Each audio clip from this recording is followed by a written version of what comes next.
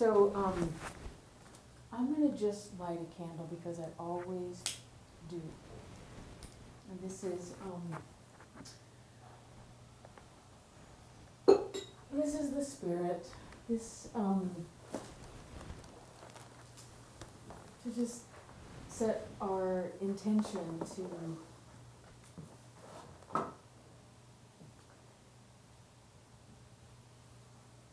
delve and penetrate. honor and evoke this life here.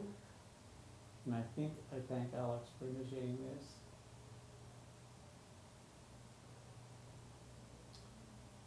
I'll find out when it's over.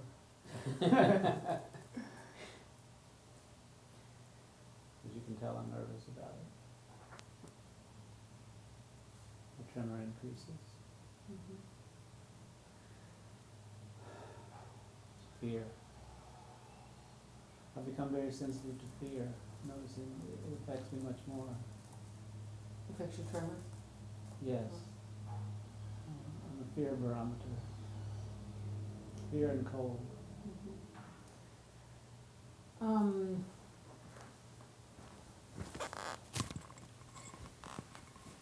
So what is it that, yeah. Oh, now I only have one mic going.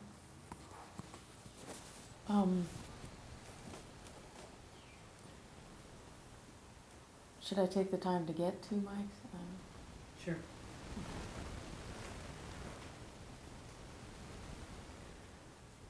Do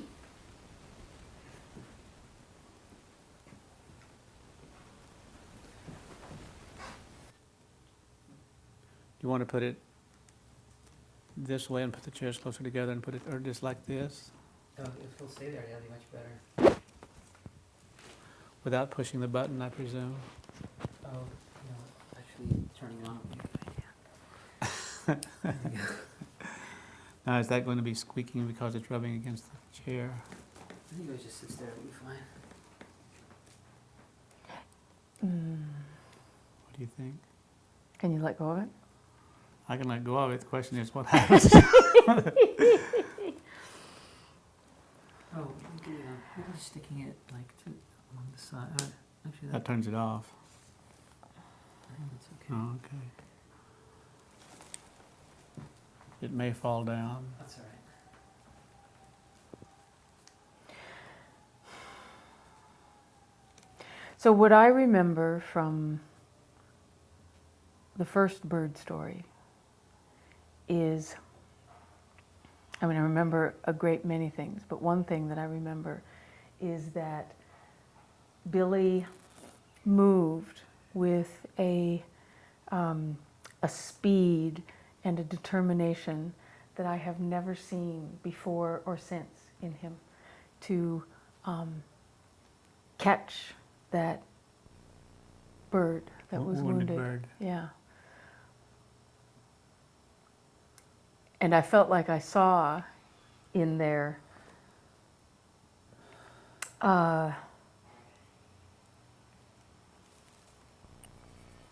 your life, just your sheer determination to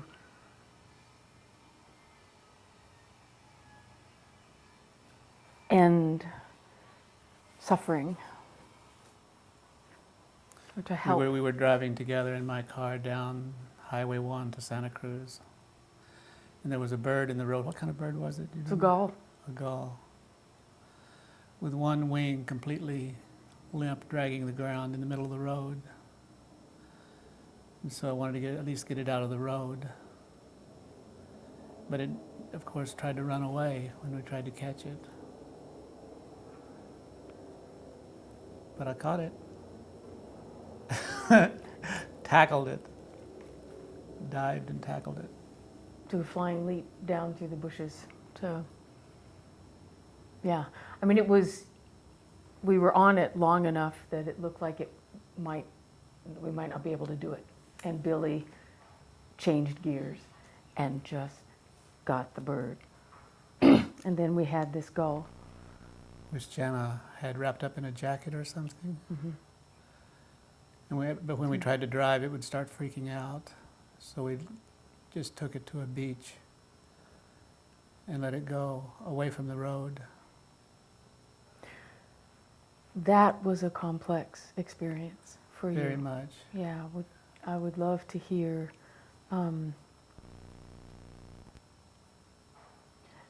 what that was like for you. I Remember how much I cried? do too. Yeah.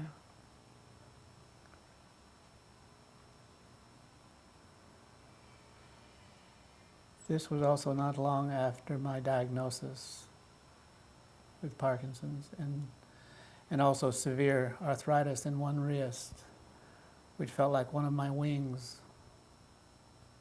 was broken. So I saw myself in the bird, identified with the bird. And we were abandoning it. We took it off the road, but we were abandoning it. It would try to walk. It would walk up to groups of other birds. Well, there was a moment first where I remember when you started crying. We'd been in the car and we'd had this bird sitting there, and the bird was freaking out with the motion, and it was in a lot of distress from being in a strange environment. It was not at home in a moving car. And so we finally decided to let it go where And I it remember, was at home. and I followed your advice on that, Yeah, followed your lead. yeah. But I had very mixed feelings about doing it. Though I remember, right, but there was a moment, few moments, when we let the bird go, and it had such a happy trot down to the beach through the stream that was there. You remember that? Mm-hmm. I was thinking of the oncoming night in Predators and fearing for the bird. How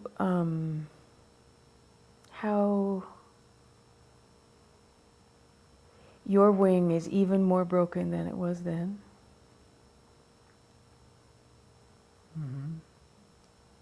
I'm wondering what, My wing is more broken and I'm more broken. and I'm wondering if your experience of the gull or of animals or of life suffering has shifted in any way as a result of experiencing your own vulnerability.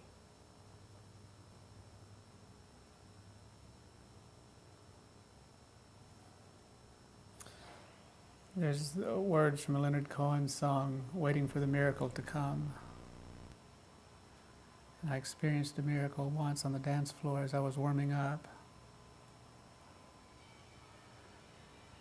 And I was feeling very self-conscious and depressed and upset, and the feeling intensified, and at some point it's like the feelings didn't change, and yet they changed completely. It's something I'd never experienced before. It wasn't that I stopped feeling one way and started feeling happy.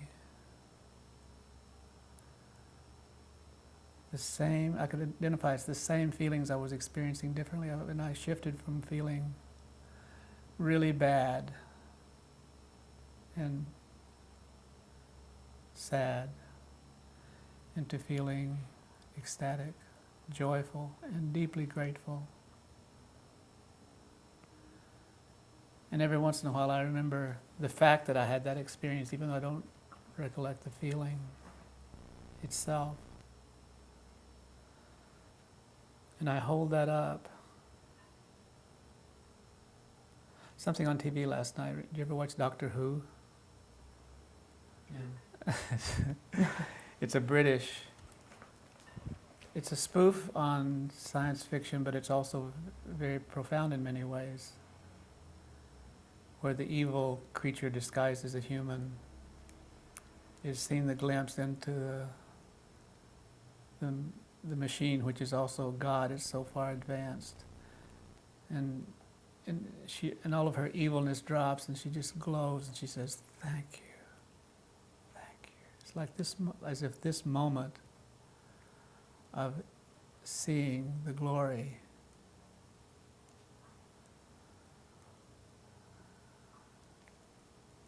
makes everything that preceded it pale in comparison. Her evil life. And for me, it's like that had meaning because was it you I left a message on? Yes, it was on your machine. I said, I feel like I stand ready when that moment comes, whether it's a second from now or 20 years from now or however often or infrequently it may come. I stand ready to embrace it, joy and gratitude. And forgive the world, life, myself, for whatever suffering, eons of suffering led up to it, led up to that moment. Are you talking about a moment like on the dance floor or the moment of death? Or Yes, to both. both? However it comes, Mm-hmm. whenever.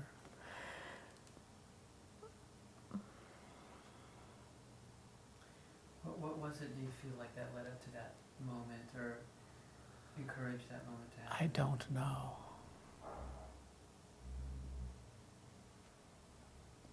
In biochemical terms, in materialistic terms, I would say, in terms of Parkinson's being a deficiency of dopamine, I got a nice squirt of dopamine released in my brain. That would be the materialistic explanation.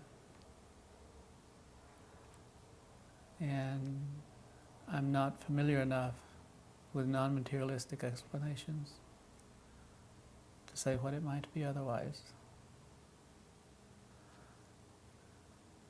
I'm pretty entrenched in that materialistic worldview. Seems to me there are a lot of people with very normal levels of dopamine firing all the time who don't experience those moments very often. Well, yeah.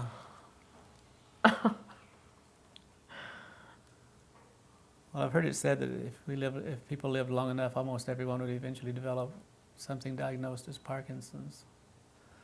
That our dopamine production does decline, so maybe our culture Let's not does. get too far away from that moment, because that moment, you speak of that moment quite a bit. And I'm wondering what effect it has had on you.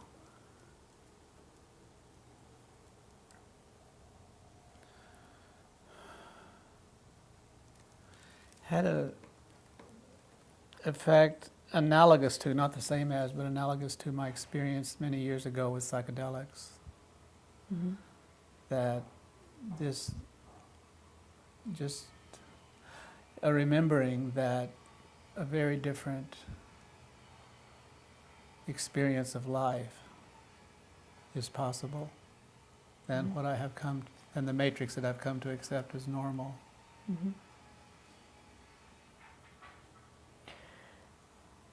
And how, I mean, I can't help, and it seems like that this is what strikes you about the story too, is that the feeling itself did not change. There was... That's it. It's a paradox. Mm-hmm. I've had experiences of changing from feeling sad to feeling happy.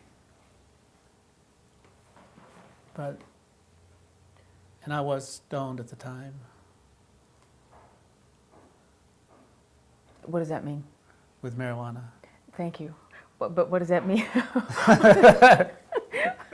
What does that mean in terms of... And I was in a space that I felt, the dance community where I felt safe. mhm. Safer than most situations. What I'm wondering is, you have spent much of your life energy attempting to minimize suffering, both of animals and humans. And it seems like that moment is a moment where suffering was not alleviated, but it was experienced from a different vantage point. Well, when I recently listened to Robert Thurman Mm-hmm. talking about Buddhism, he also talked something, if I can present it accurately, at least what it meant to me was one part of the talk. When, I guess, the Buddha saw the world as filled with a lot of suffering, that was very real for the beings experiencing it. At the same time, he saw it as crystalline, jeweled, perfect radiance, everything. And those were not contradictory. It wasn't, oh, the world is jeweled radiance and therefore stop complaining about your suffering. It's an illusion. It wasn't that. Nor was it, the world is suffering, let's alleviate it, and that's the end of the story. So that spoke to me when I heard him describing that image, because that's, I think I feel like I'm on that a cusp, maybe, I hope, of understanding that in a deeper way. The paradox of the suffering and the jeweled radiance. Yeah.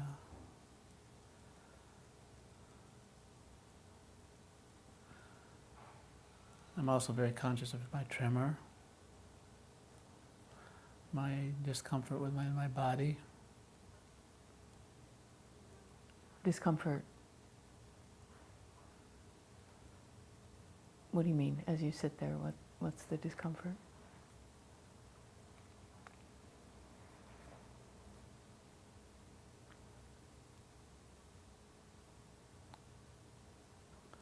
It has to do with shame, self-consciousness, fear of my own judgments of myself, fear of other judgments. They're intricately connected. So, in terms of having spent my life alleviating suffering, that's kind of, I guess, true. There's something about my condition now, my small, self-conscious, egotistical world, negatively experienced a lot of the time, that reminds me of the self-consciousness that I felt when I was in high school, junior high, post-puberty. Mm-hmm. And I found niches in life that got me out of that feeling. And now I'm back in it very intensely. Make sense? Mm-hmm. Mm-hmm.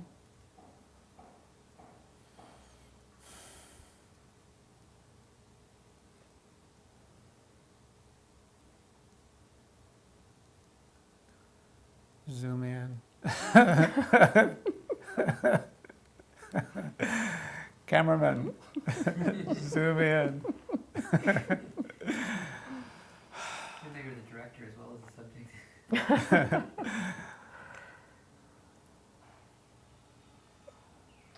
So Alex wants to know stories. You Yes, wanna know? Steve, let's start with high school. Do you want Sure. to, yeah.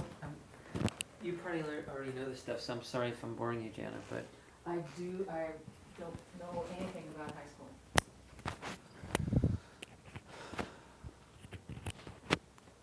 High school. Well, when I look at my pictures of preschool, grade school, I look like a pretty happy kid. Mm-hmm. Right around puberty, I start looking extremely uncomfortable and self-conscious in my photographs. It brings back those feelings. Being very uncomfortable in my body, scared to death of sex, girls. The very thing that I desired, of course.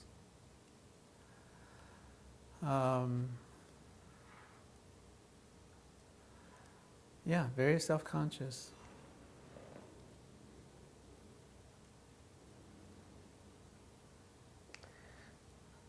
I'm wondering, you mentioned briefly about how you were inspired by your kind of no Circa activism. Do you feel comfortable talking about that? Sure. I don't know exactly what you're referring to as far as incidents. I guess I'm wondering, How I got involved or something? yeah, and also what connection you feel personally and how you have developed as an individual, as you know, if that has any bearing from your experience with that practice. Well, when I first became aware I had feelings about it, I was in a food co-op in San Francisco, the Outer Avenues. And at the time they had a little raised platform reading area with magazines and books. And I picked up a journal that had an article about male and female circumcision practices around the world in different cultures. And when I was reading the part about male circumcision, I got nauseated. And I couldn't read on. And I realized, uh-oh, there's something there, and I don't want to deal with it. So I didn't. I just closed the journal.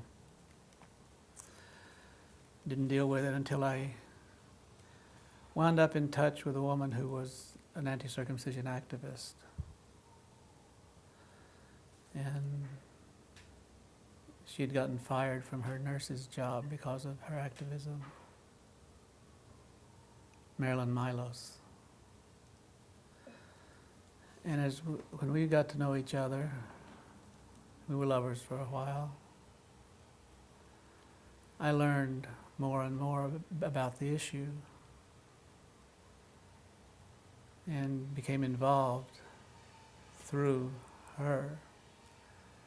And I felt like what I brought into the movement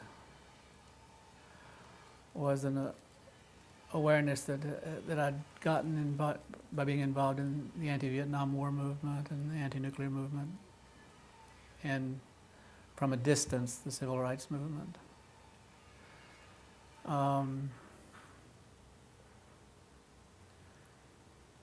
Kind of connecting up issues with other issues. So it seemed to me that my anti-war leanings and my leanings against my reactions to animal cruelty to animals, it was just a natural no-brainer, you know, to cut off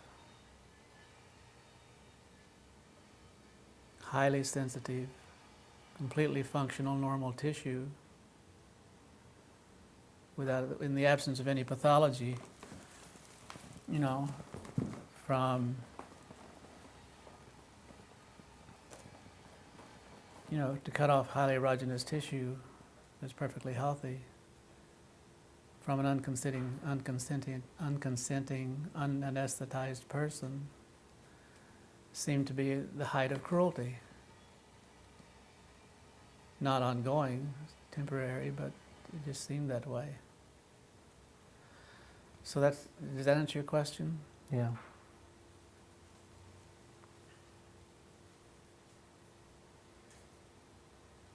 And I liked being in that movement because it was such a small movement. And I remember like my participation in the anti-nuclear movement by that time, I was one in millions.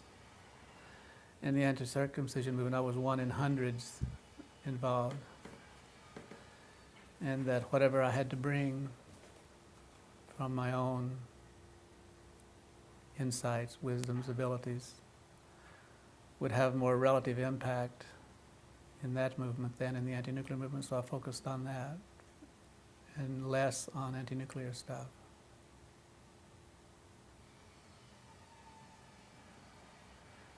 There was also something appealing about being in a lunatic fringe vanguard. I'm shocked. I mean, people's reactions when you say, "Yeah, I'm involved in the anti-circumcision movement." You know, any mention of anything that has to do with genitalia or sexuality tends to get people a little uncomfortable. What do you tell yourself about that? What's going on? That sexuality, do you have a private philosophy about that? Private philosophy about sexuality? Not about well, possibly that question, but what's going on that people are uncomfortable around sex and insensitive to cutting off foreskin? Just wondering what Well, your my story philosophy, My story is that we are a circumcising culture where most parents have their children circumcised. And to the extent that there's somebody present reminding them that they may have committed genital mutilation and a basic human rights violation on their beloved child, of course people feel uncomfortable. And especially if the implication is that your religion is complicit in that, and your religion is something you draw a great deal of nurturance and validity from. It's hard to face. That's the story I have. I was actually asking about the And also when you get into talking about, well, if you don't circumcise, what about infections? And you say, well, if you clean the penis, clean under the foreskin of a baby, then you don't have such a problem with infections. Well, the whole idea of touching a baby's genitals freaks some parents out. So I think that's another. And what's your story? It seems like that something that's in your awareness and that you liked being on a lunatic fringe is that you could just say something that has to do with sex, and and people get uncomfortable. Did I hear you right? That just touching a baby's penis or mentioning sex makes people uncomfortable. I think what it was that I liked being on the leading edge of an issue that wasn't yet mainstreamed. Mm-hmm. Animal rights was a bit that way.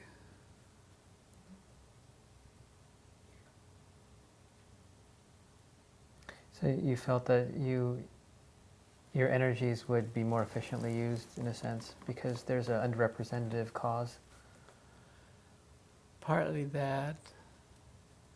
I think partly because of my sense of relative importance.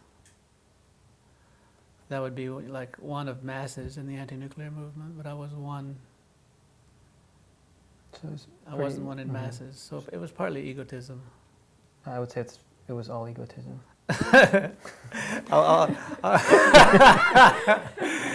At least partly egotism. Can we agree on that wording? Let's move on. All right, so let's get this over with. Tell me about the time you stowed away on a plane to shift gears. We can come back to this if we want Stowing to. away on a plane. Well, You keep threatening to tell this story. stowing I don't think I've heard it. Stowing away on a plane. In my hippie years in Hawaii.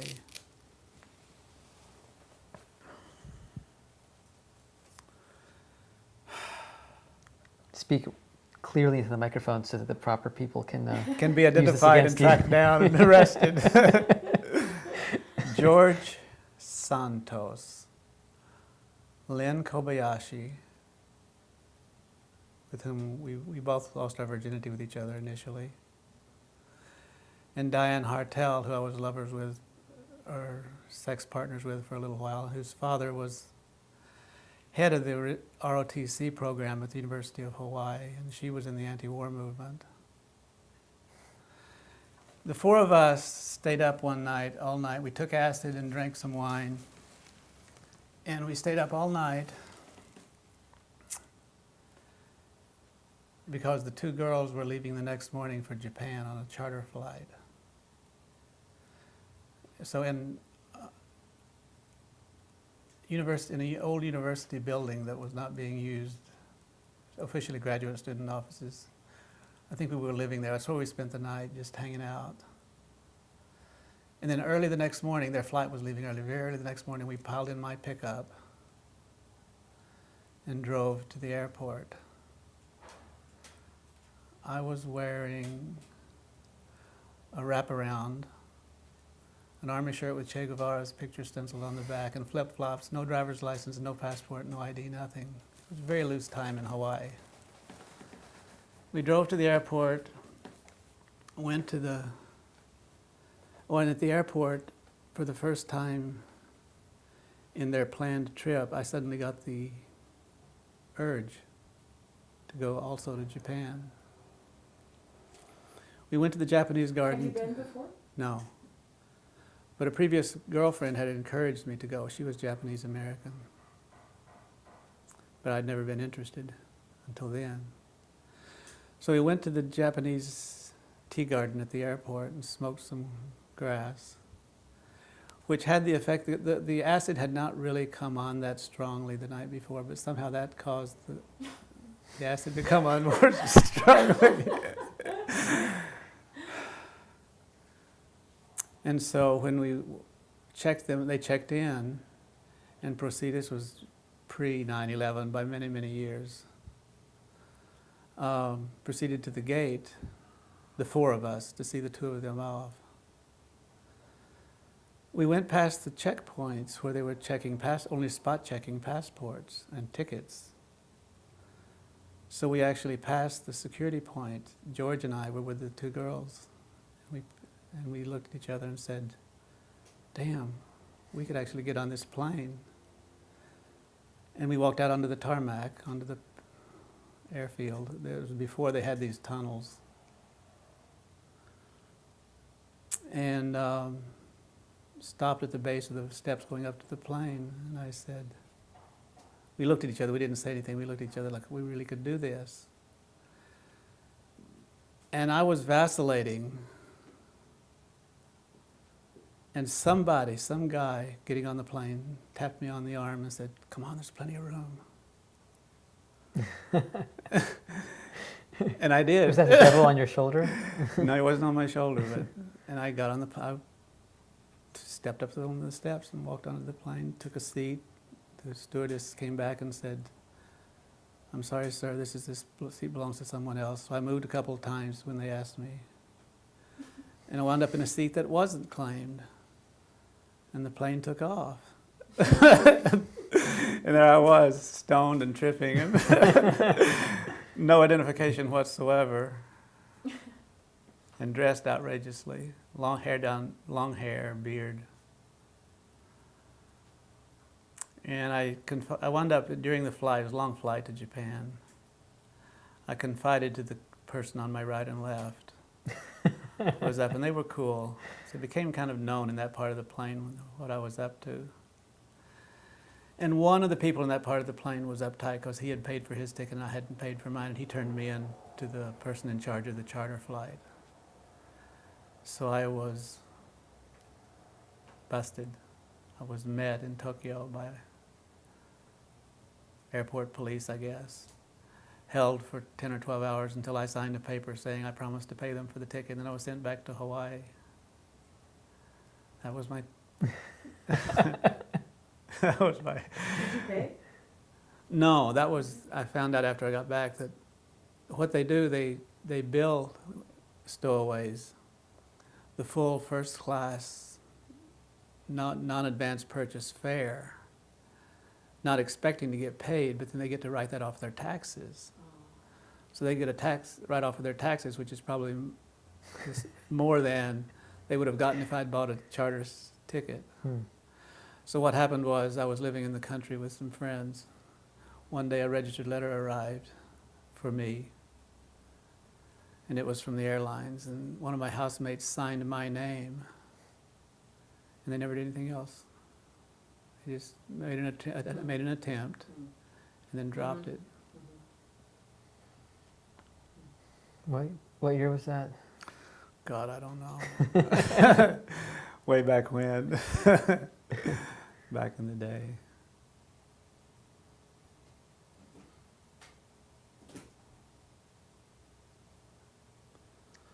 So long ago. So, Janna, did you want to turn? I think I believe in reincarnation because I've reincarnated many times since then. Well, I'm just wondering what came up for you when you said so long ago. Well, in a way, it's intimately close in memory, but it also seems so long ago.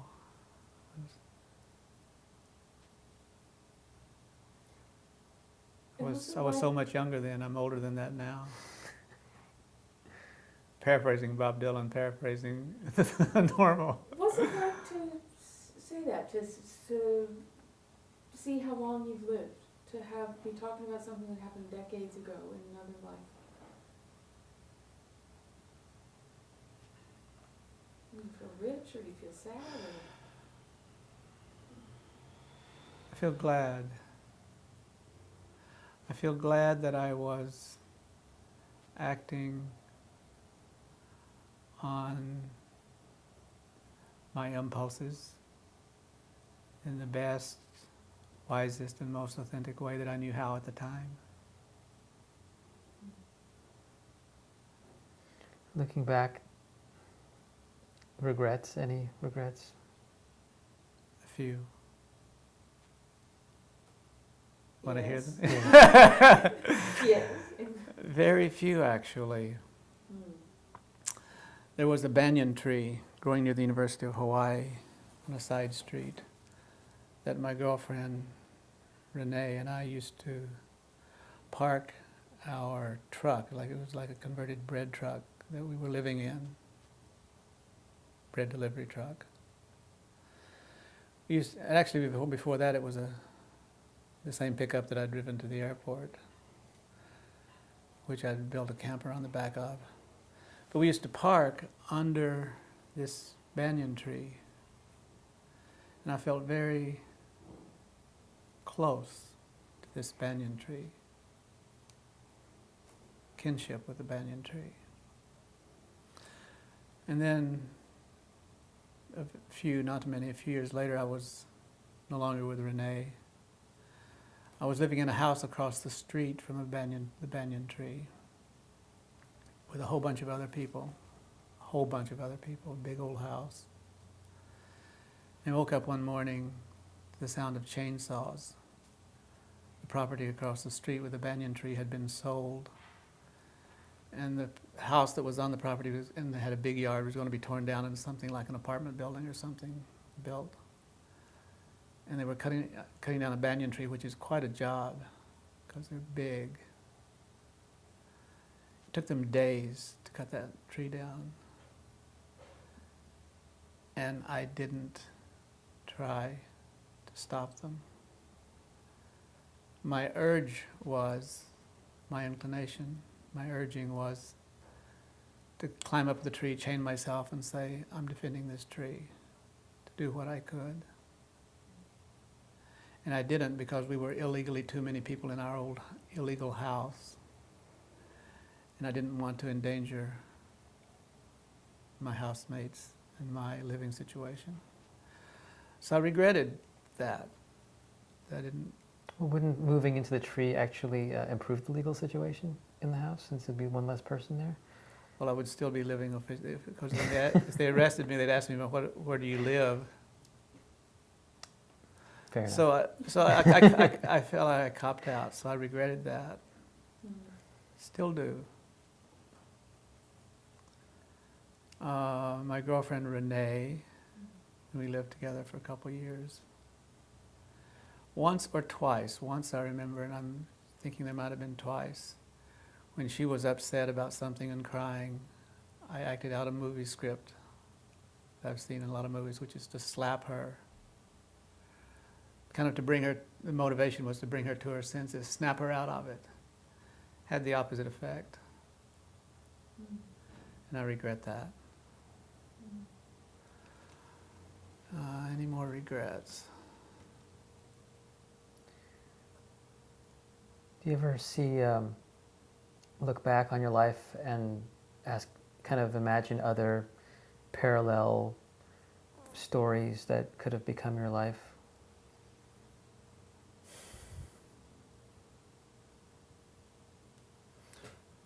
No, I sometimes, occasionally have wondered, are there simultaneously an infinite number of Billy's lives being led? And this is just one of them that I'm aware of, one strand in that wad of intertangled threads. If there were, do you have a sense of what you would want to be doing? What you wish were happening in those other lives? Sometimes I think I would like to have more discipline. You In know, what way? maybe a meditative practice.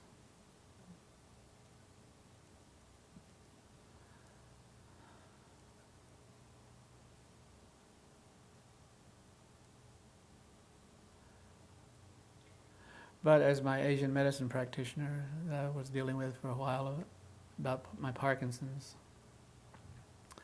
said something like, people who recover from Parkinson's, which she says is possible, and she implies that it's impossible for anybody, that among the people who recover the quickest are people who've had a genuine spiritual practice. And then she said something like, and if you haven't had one, this is the time to get one, or something like that. So my main way of coping with the Parkinson's symptoms, I think, has been shrinking and distracting myself. Not entirely. There's also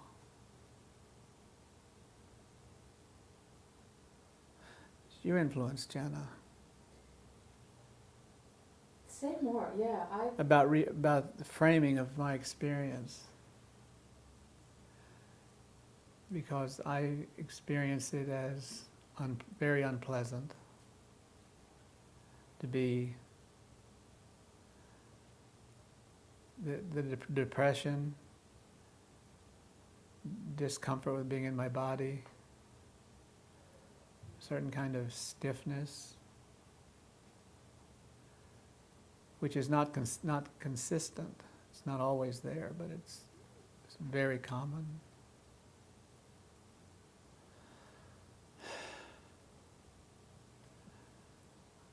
I don't know, why don't you say something about how you I think this is a sign, an example of how I get an insight, whether it's from you or on my own or from a book or from whoever.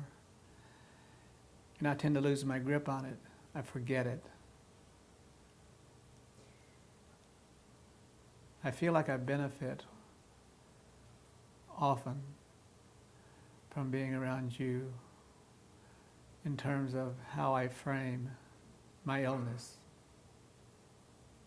Illnesses.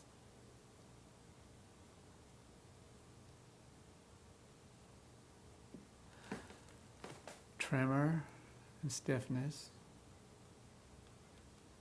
shame and self-consciousness, wrist arthritis.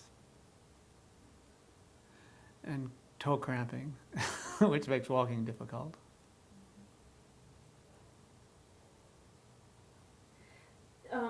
Tell me if this seems too much, but the sense that I get is that when we're together, there's a little bit of a touching on that combination of suffering and the sparkling. You seem to see positivity where I see only pathology.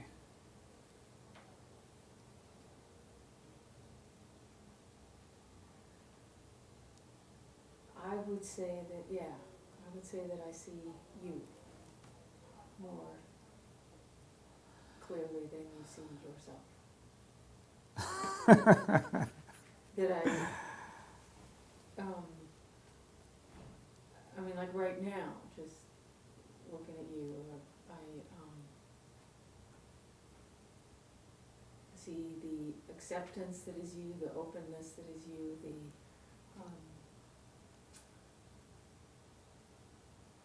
sparkle that is you, the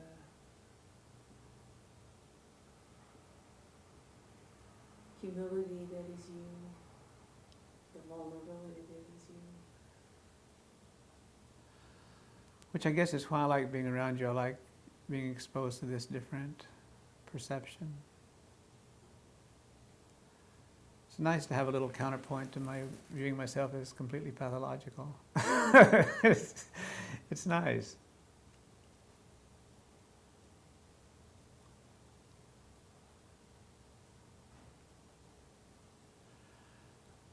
And I believed you when,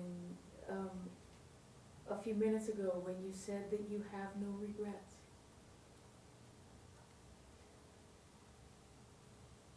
Remember saying that? Oh yes. Yeah, I believed you. That in your own eyes, there's some place in you that feels you've lived a good life, or feels tenderness toward yourself.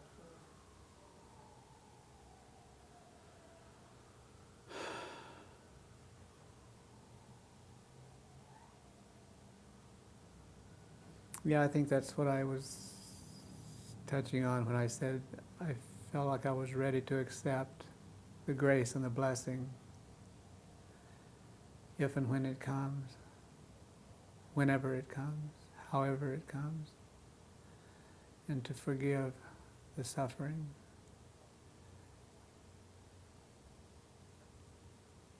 And just bow down in gratitude.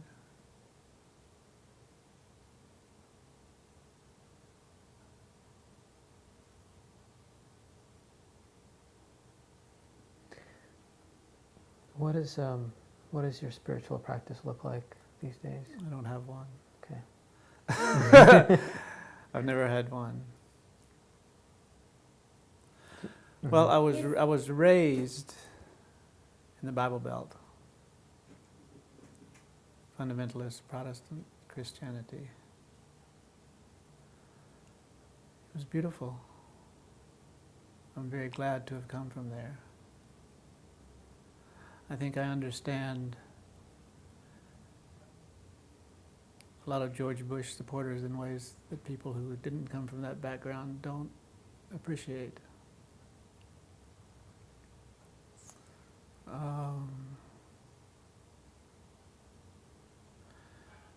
During my hippie years, psychedelics were my religion.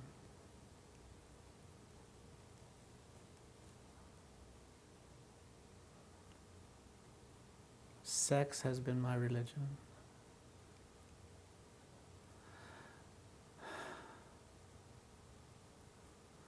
Do you want to say more about that? What makes, just, how is, I'd love to hear. I also just want to say, because one of the connections I feel with you, Alex, is that I'm not sure if you have this feeling, but I have the feeling I have had the feeling a lot, and still do occasionally, that as someone with a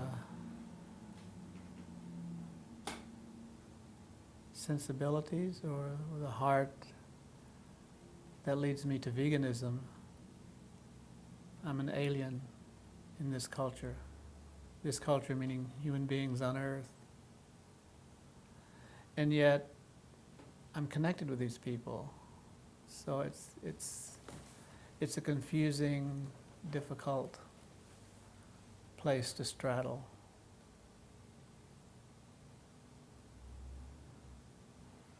And in that same way, you feel like you're connected to the George Bush supporters, and that you can understand how they are, the way they are, and you're connected to them. And how meat eaters are, because I was a meat eater. Mm-hmm.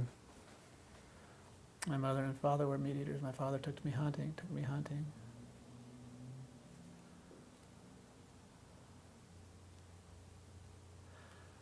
But I think that's why my hope, and it's kind of a choosing to be optimistic. The way I title my book on vegetarianism, For the Vegetarian in You, choosing to assume, knowing it might not be true, that within the heart of every person are the same sensibilities. I don't know if that's true. But Janna, you were saying something about sex. You said sex has been a religion for you. Kind of like a religion. Kind yeah. of like, right. And I was telling someone the other day about the phenomenon of you.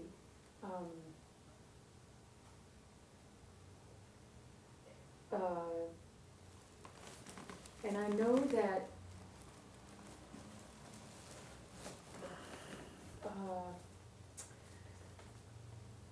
that there are very many women who have had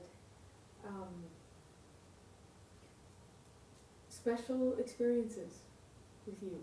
How do you know this? Because I'm one of them, and I just, I know. How many have you interviewed? I haven't interviewed a single one of them. But They're next. After. Yeah.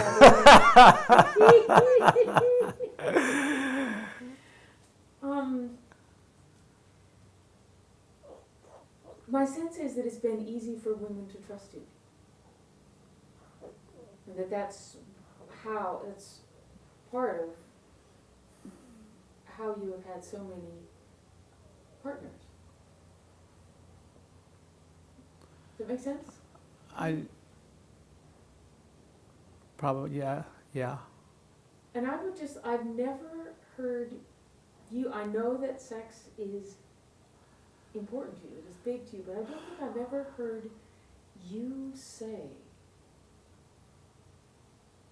what it is for you. I'll give you an opportunity if you want. Well, first of all, these days I would put it in the past tense. Okay. Sex has not been my focus, except for a 2.5 or 3 months period when I was involved with a woman almost a year ago.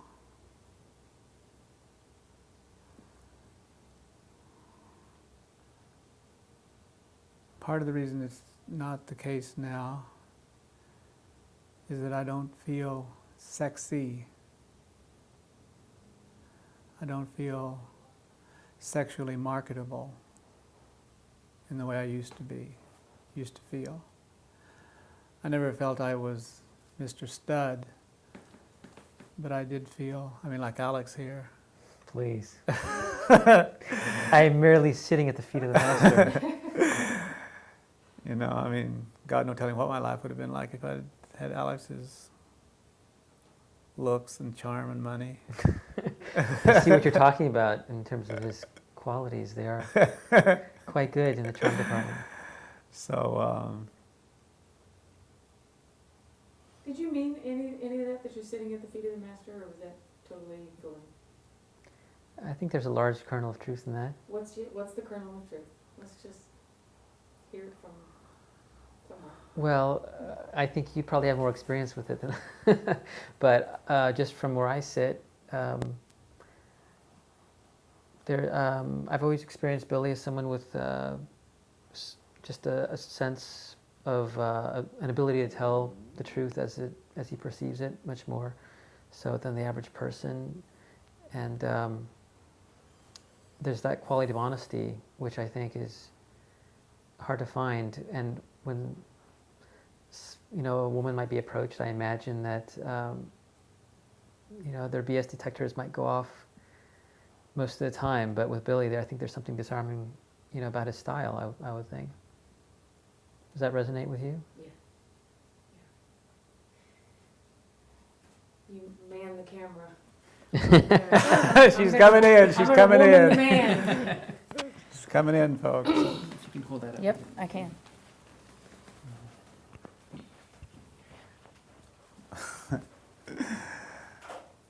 Hi, Janna. Hi, Billy. You come here often? As little as I can manage in this room, I tend to hang out in there. Mm. I saw Billy on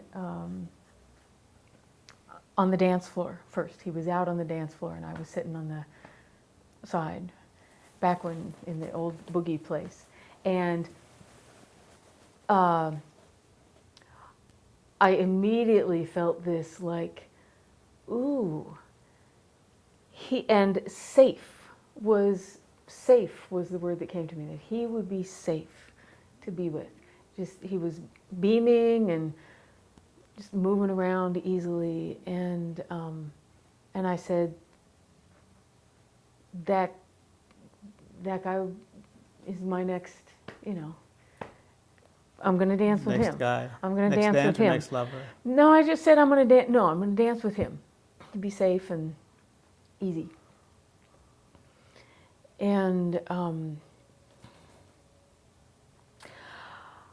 I've always assumed, I have not interviewed any of your exes, and I would like to interview every one of the 113, No, 103.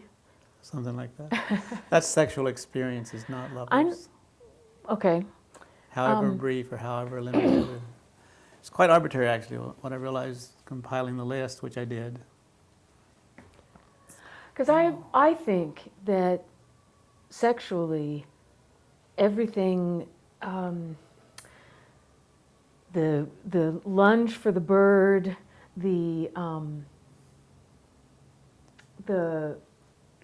nausea at the circumcision, that somehow all of that sensitivity in you is somehow present. It's present in your physicality. And when I was with Billy, and it's interesting because I was listening to that Alan Watts tape, Mm-hmm. the thing where Alan Watts describes the experience of a crab being pecked on by a gull. And he says, imagine yourself in the crab where this experience of, I'm coming for you, I love you. I love you so much I could eat you. I love you so much. I know. And I had an experience with Billy repeatedly. It wasn't like a one-off, which I've, have, but repeatedly with Billy, especially in the very beginning of our encounters. I had this experience of being penetrated by God in exactly that way, that went back through lifetimes, where I had this sense that what I had experienced as invasive and as deadly was actually the love coming to get me, that I had been frightened by, coming to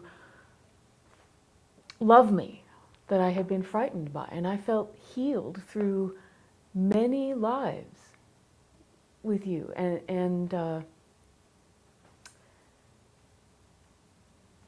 in my telling the story of you, the other, to somebody, I remembered the story, Zoom. I remembered this story that you had told me of when you were 14 or something, and you were in the window, and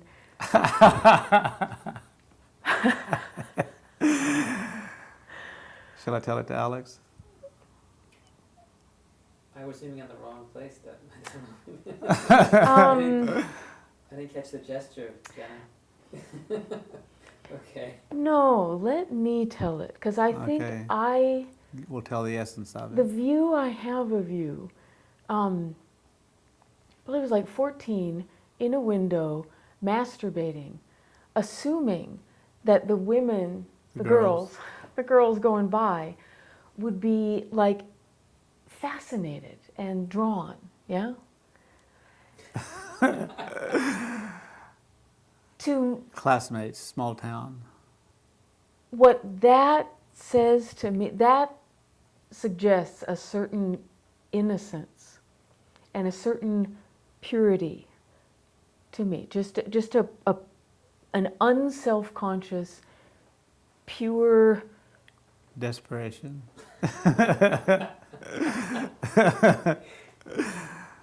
You know, Wishful thinking. Billy, I don't know why you're deflecting this. I'll stop. In my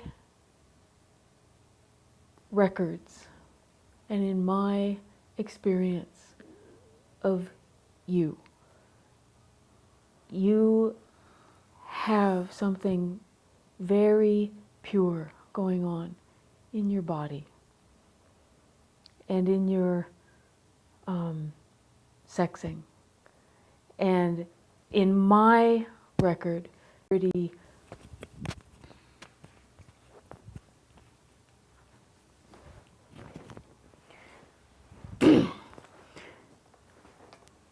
and I told you this at the time, and I want you to hear it from me, because I do when it was just yesterday, I was sharing, I was being interviewed for a documentary, and I was sharing my experience at Burning Man, and I was talking about my sexuality, and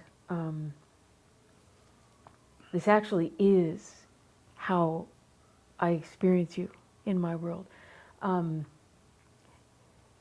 That something mysterious happened in that. And I told you that very often I experienced myself as a dying animal when we were making love. Mm-hmm. And I experienced myself as very, very vulnerable and very tenderly beheld, like by God. And I don't think that's any accident, that somehow who you are penetrated me, and that I experienced myself differently as an animal.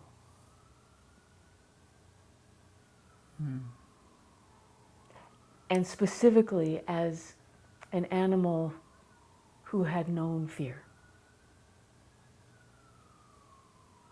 And I experienced myself as healed,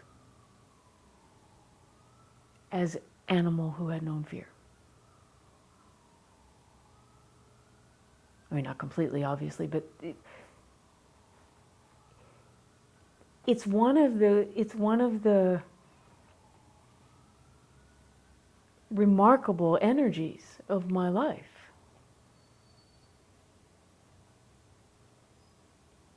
I wonder why I deflect. Good question. I'd love to hear your answer. What comes to you?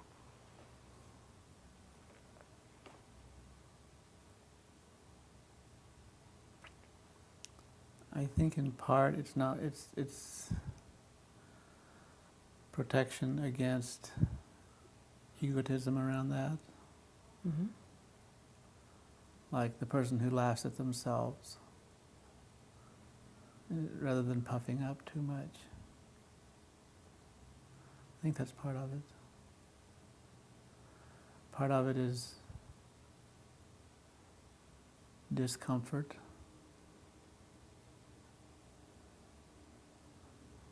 That can't be me.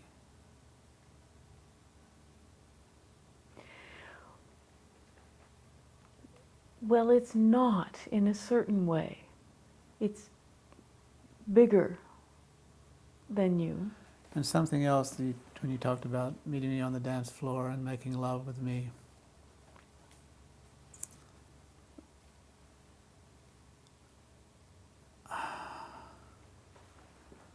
I'm no longer the person I was at that time, in the ways that I was at that time. I'm no longer lithe on the dance floor.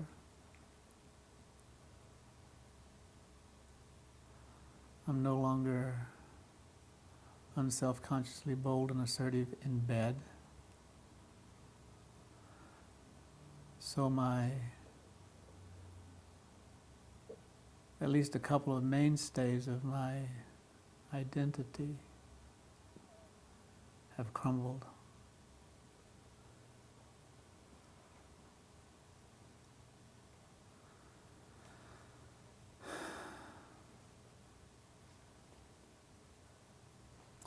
And I haven't yet found new ground.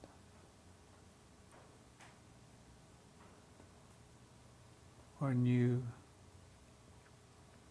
focuses for identity.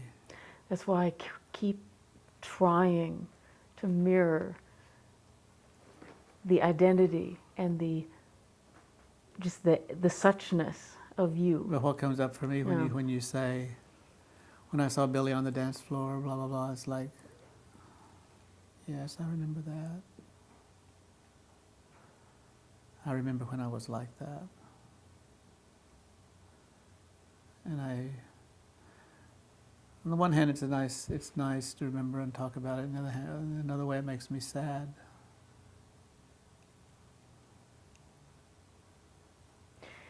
You are still that for me. You're a huge healing force in my life. That's what I hear, but I don't yet grok. I know.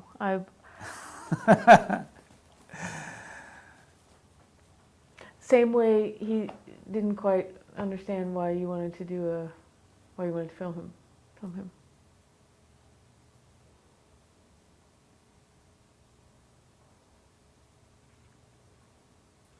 Reminds me of that idea that we know ourselves best and know ourselves least. Something like that. Yeah.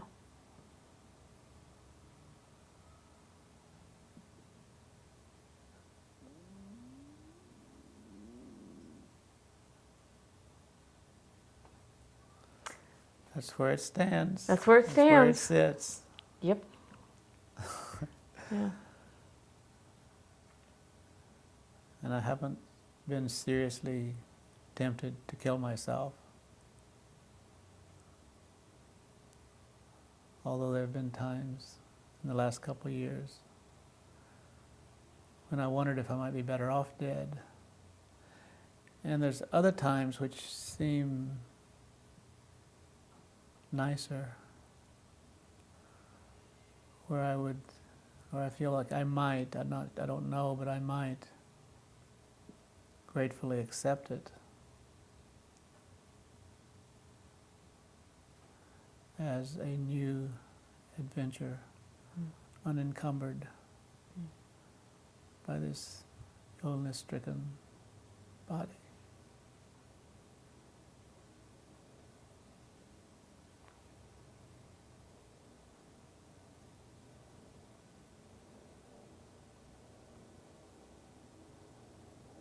And so far,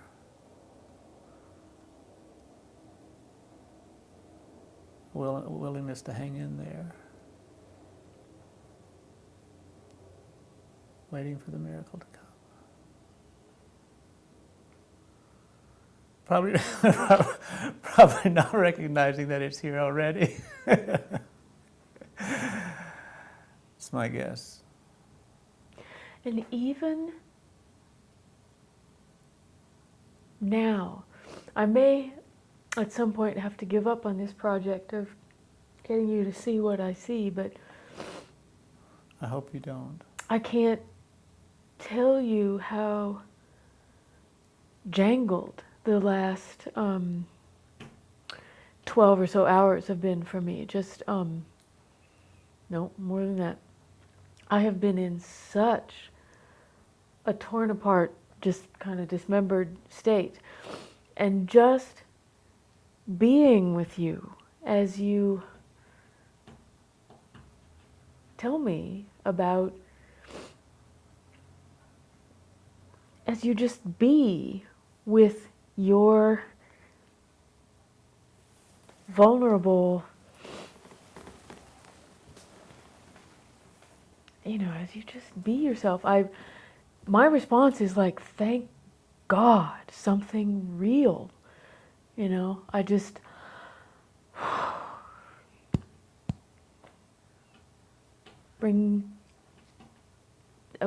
kind of bring it together, my soul.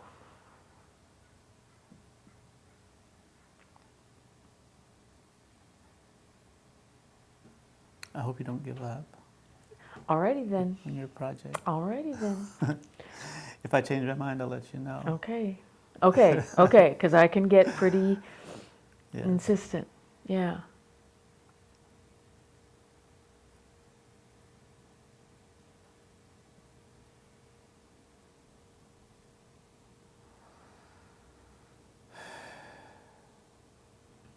I have a question for you, Billy.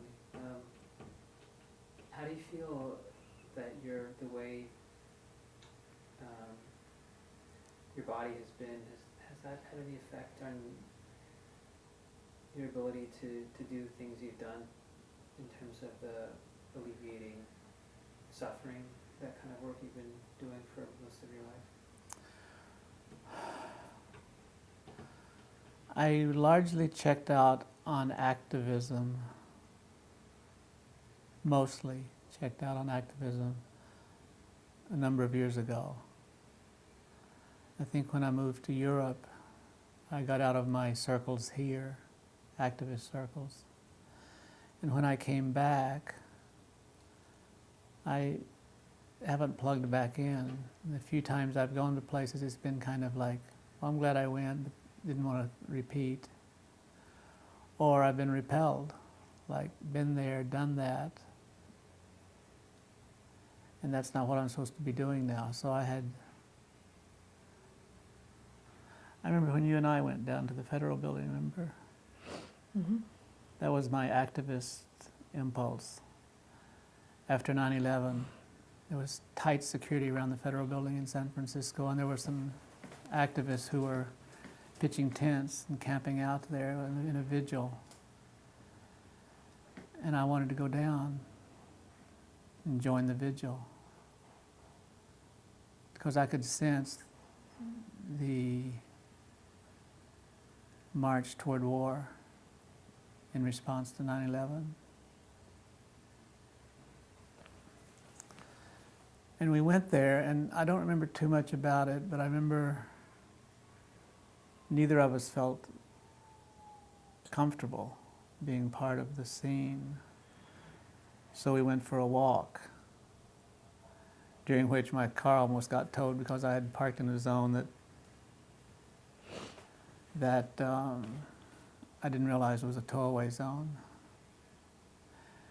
And the police had actually been very nice. They went up to they had gone up to the bullhorn of the rally and announced that they were going to tow these cars if they weren't moved. But Janna and I were off for a walk, discussing our feelings about being there. And so by the time we got back to my car, the police said, "You can't leave because the tow truck's on the way." Let us leave. But that was kind of indicative of my disillusionment with or outgrowing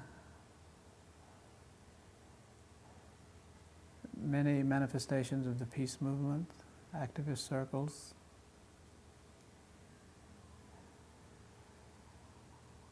What about in terms of the lives of the people you touch on a more kind of interpersonal level?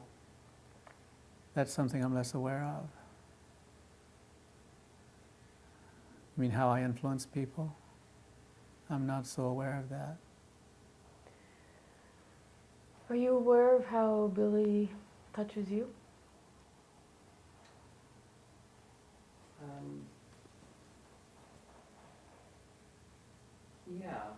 Yeah, I think it's Do you a lot wanna- of the things Do you want to be on camera? Sure.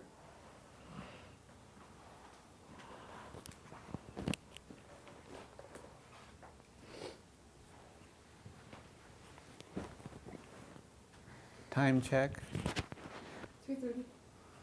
another hour. Hi, Ozzy. That's the Ozzy behind us. Oh, there he is. It's funny how he came out just when you were talking about animal nature, or it's just right on cue. And I don't think superstitiously at all. So That's my little nature spirit. So, yeah, Billy does not get how he affects people. And here you are wanting to video him. And it occurs to me that you might be able to say something about how Billy affects you.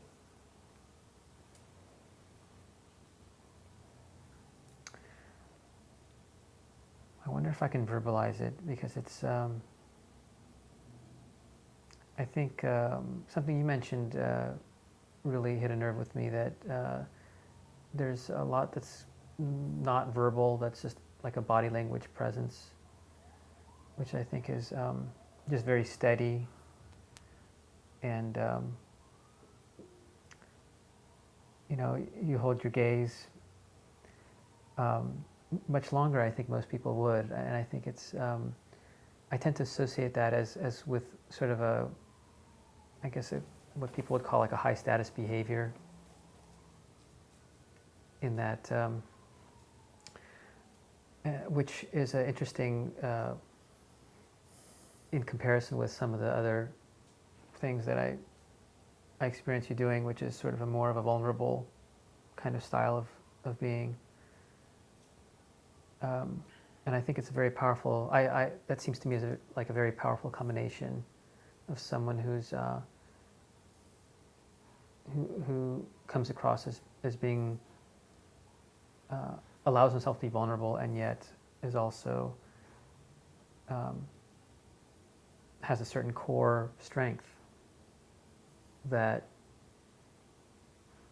I think came out in some of the things we've already talked about, like the story of the way you mentioned the way he kind of jumped on the gull to try to save it. And there's a I think it's rare to find that, and I find it inspiring combination. You know, where my mind went when you said steady gaze, I think, but I'm not steady, I'm trembling. I switch it over to a different area in which I'm not steady,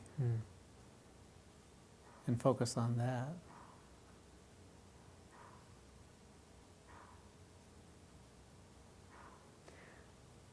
And yet I couldn't tell that it affected the way your actual gaze at all. So in a way, there's something that's completely kind of riding above the other. You're nodding, Janna. Mm-hmm. Yeah, it's beyond you. It's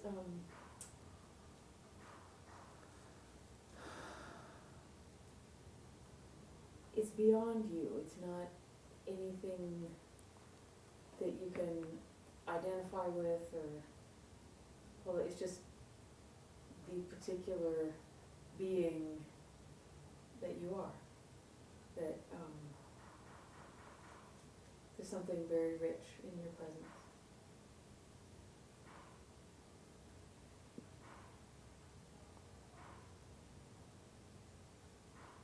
That has expressed itself, you know,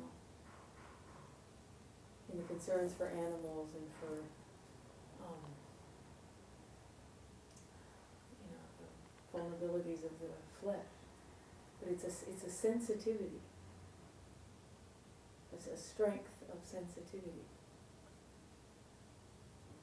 together that is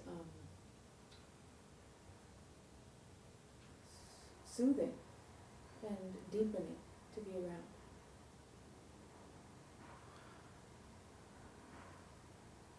Can we switch this away from this focus? Yeah. Where do you want to go? I want you both to ask questions. What do you want us to ask? Instead of pummeling me with compliments.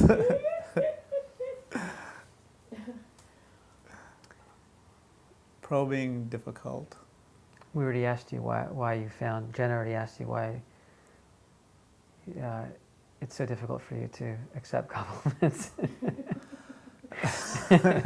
So I won't pummel that with you,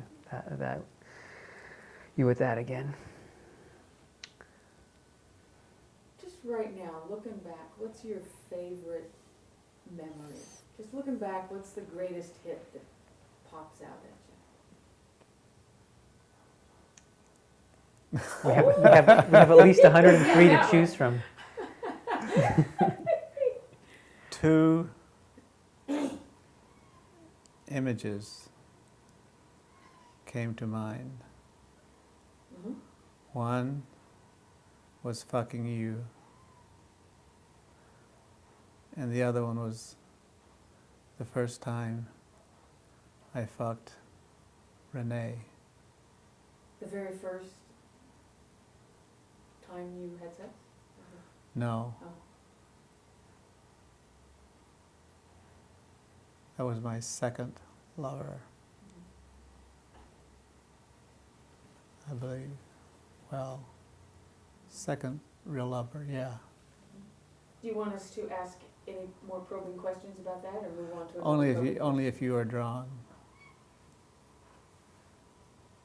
Move Were on. you thinking of any particular time? With you? Uh-huh. No. Okay. It's kind of a composite.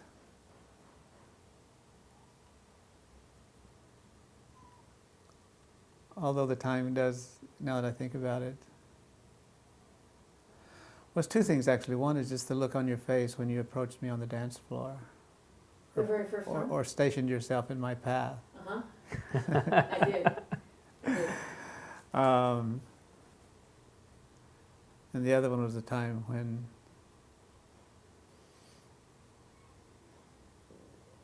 you said you didn't want to have sex but made yourself available and were vulnerable and open, but not participating physically,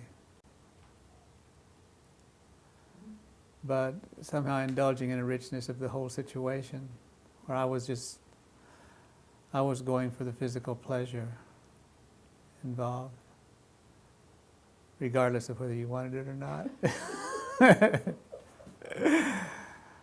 It was a different edge. It was edgy. Mm-hmm. So yeah, those 2 times. I think you should sit in this chair now. Would you maybe, like to? maybe I should change chairs. Well, what questions do you want to ask? What do we want to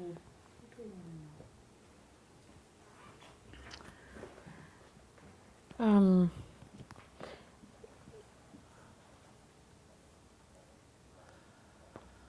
Somehow your mother is coming to See, my I want to mind. ask Alex Oh. some questions, but maybe we want to keep Oh. the focus on me. Do you want to keep the focus on me? What did you want to ask? Let me. Probably not now, but I wanted to ask about the origins of your thoughts and feelings about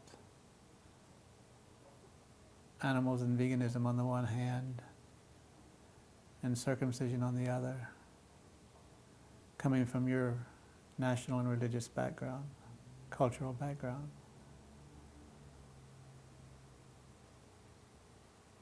Okay.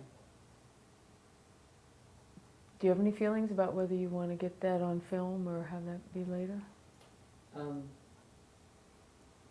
Let's go with what we, maybe later, Okay. unless you're really feeling that's where you want to go right now. Not particularly. That did come up for me. Doesn't have to be now. You said you got something now?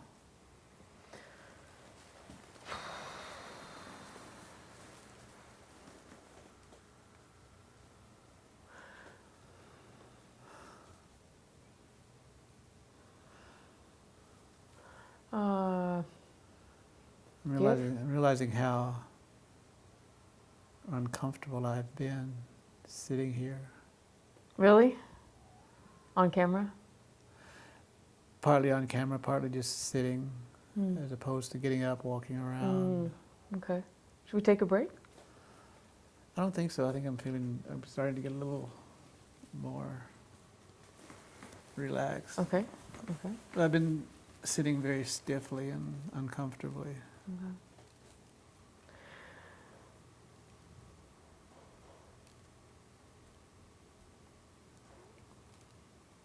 Is the interview over? I don't know. It feels like a natural lull. I don't- Yeah. Yeah. It's not as opposed to an over. If any one of us, if none of us is inspired to go in a particular direction at the moment, maybe we could take a break. I'm happy to continue if anyone has a hit. I don't have anything immediately presenting itself. Unless you want to say anything about your mother is coming to my mind. You're our therapist, right? I, What was that? Are you paying for this session, Billy? Yes. I don't know why your mother's coming to my mind, but That's what you do, right? You therapists, when you kind of, you're kind of. when bring all up the mother. else fails, trot out the oh my. Well, One of my first sex objects. was your mother one of your first sex objects? I hope not. Do you ever remember being like attracted to your mother as a woman? No.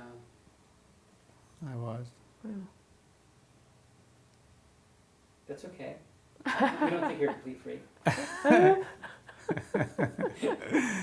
You never heard my poem I wrote about that, did you? I don't think so. You have. I have. Yeah. Yeah. Were you in Santa Cruz recently when I read that? Yeah. It was my first reading, so-called public reading. I was actually I was wondering, how long has it been since your mother died?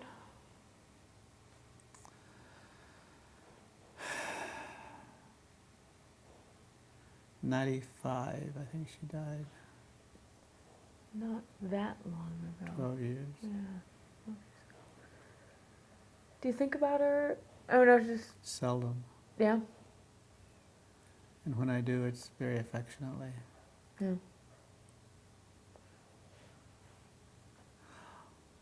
Almost always affectionately. Sometimes I think I resent her complicity with my father In what? in corporal punishment. Wait till your father gets home, sort of thing.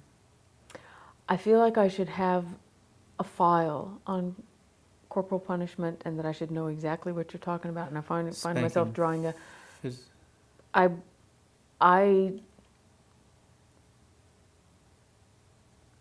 If somebody had asked me, was Billy did you experience physical violence? I would have said, I don't know. So what did you experience as a? Spanking Mm-hmm. on the butt Mm-hmm. with, I believe, hand or belt. Mm-hmm. It was also permissible in school. Mm-hmm. I don't know if I ever actually got spanked in school. I got sent once to the principal's office for a spanking. Ever tell you that? Mm-mm. It was the end of the day, and I don't know what I and others, one or more others, had been doing, but we got sent to the principal for punishment, Mm-hmm. which we knew meant the paddle. Mm-hmm. We got there at the end of the day, and the principal was busy, so his assistant, his secretary said, "Come back tomorrow morning, first thing tomorrow morning." So that morning I put on 7 pair of underwear in preparation for the spanking.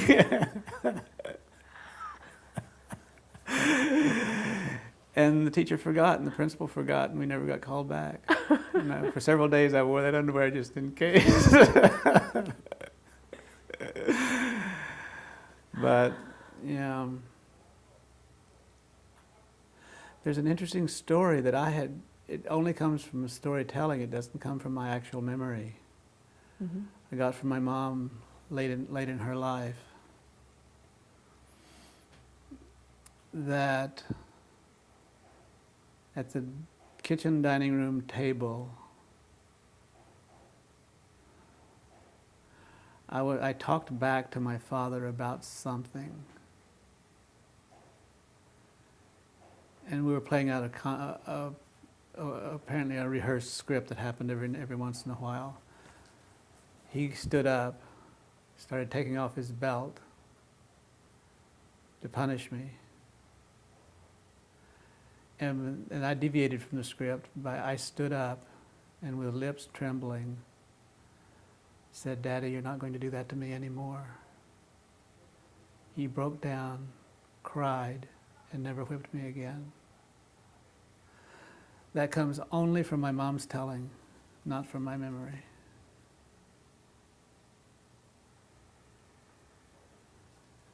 And yet it's quite. Well, it just occurs to me that connected in my mind with when my father died. I was visiting my mother in another state, and we came back for the funeral. I may have told you this. And my father's sister, who despised my mother, she was the evil woman Mm-hmm. who had divorced my father. Being the only child, I was in charge of deciding who sat where in the service. My mother was sitting with me in the family section, and my aunt made a big scene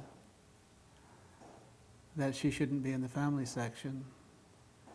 And if she was going to be in the family section, we wouldn't even come to the funeral, she said. And I was, I don't know how old I was, 18 or something, and a fairly young 18. Put on the spot. I had to make a decision. And I stood up to my aunt and I said, "I hope you come, but my mom's sitting with me." She came. And I learned something important there.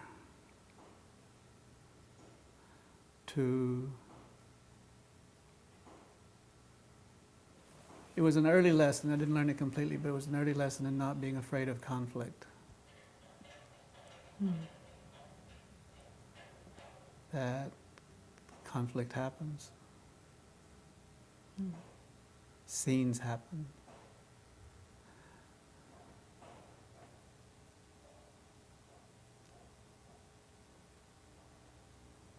So yeah, it was, the connection there was standing up to my father and standing up to my aunt.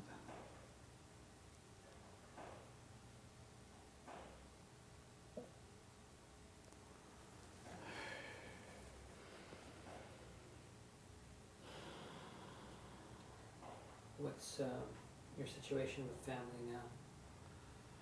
Very little contact. I'm an only child. Oh, here's one interesting thing. I'm an only child. The same aunt that I stood up to at that funeral died about a year ago. year and a half. Her son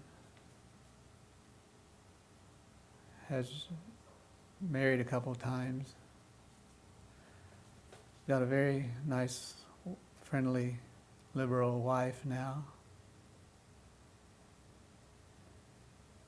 And he is, at least was, I presume still is, grossly overweight. At least used to smoke, eat lots of meat, unhealthy junk foods.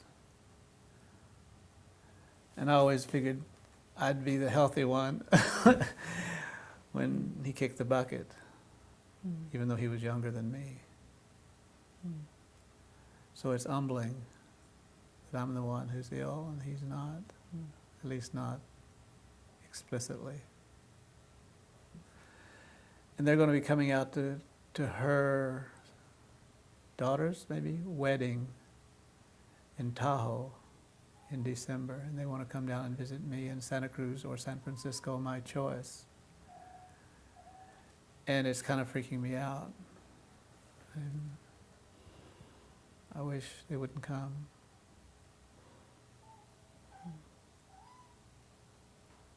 But I'm going to go through with it. And I just have to decide what to set my own conditions and limits and communicate them.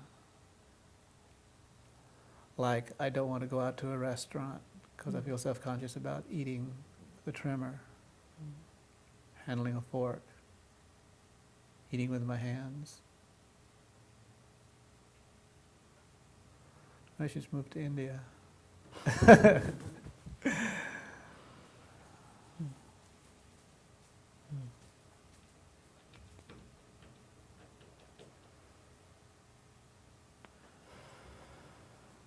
I want to do a check-in with how this feels so far with you two, as far as form and content. Feels pretty good to me. Feels good to me. Okay. Yeah. It feels kind of sustained good. Yeah, feels good to me. I was gonna say, but we haven't hit I know. like I know, a real I know, kicker. I know. But it's been sustained good.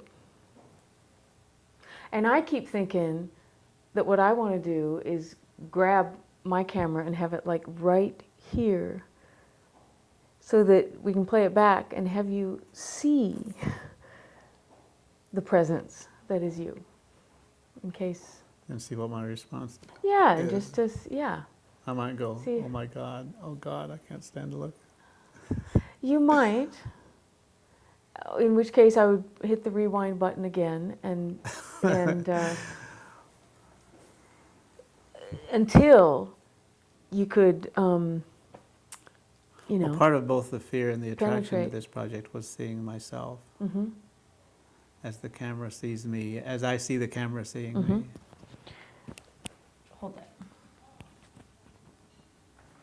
Is that what you're going to do? I'm gonna, yeah, I'm gonna just. I don't know how mobile it is. I'm gonna have to take its skirt off, Billy. Oh boy. Yeah.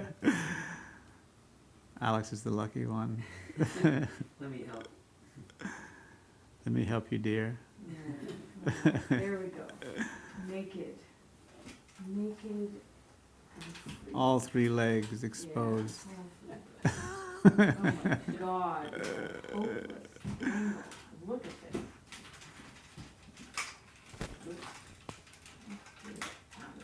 Okay, so, yes, I'm going to just let you, there you are. Okay, so now, yeah. What are you There we go. So, yeah, just, no, look at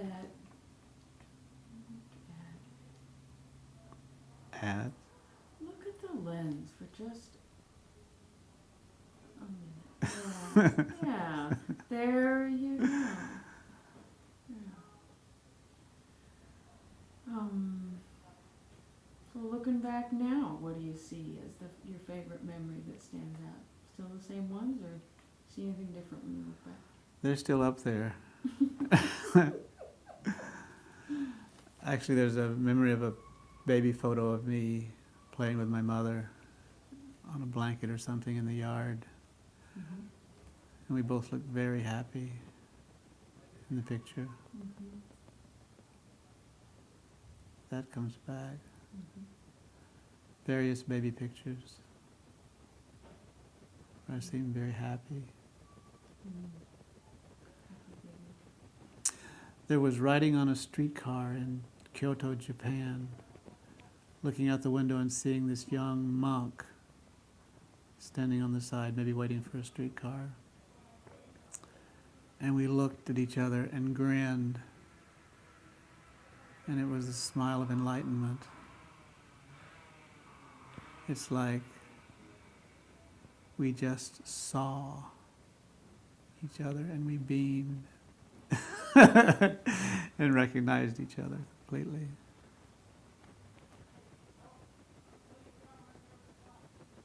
And then he was in the streetcar, rolled on, and he was gone.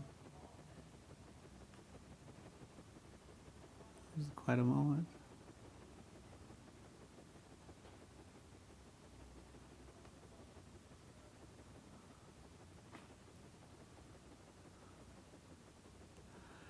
There's the time tripping on acid on the beach, coastal house in Hawaii. And not being able to tell whether the roar I was hearing was an airplane flying overhead, because it was not that far from Honolulu Airport, or whether it was the ocean.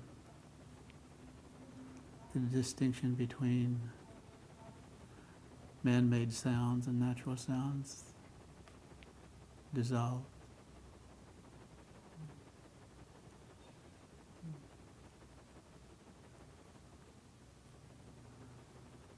Think of times when I've cradled and caressed strangers on the dance floor.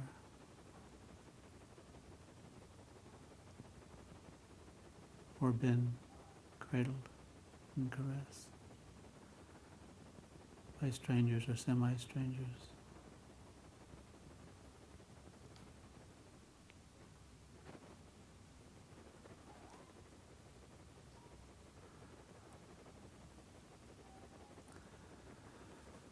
Times of being welcomed by sex, felt embraced.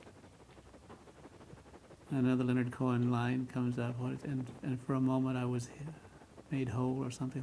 What's the? I was healed. For a moment I was healed. My heart was at ease. My heart was at ease for a moment. Something like a second. Yep.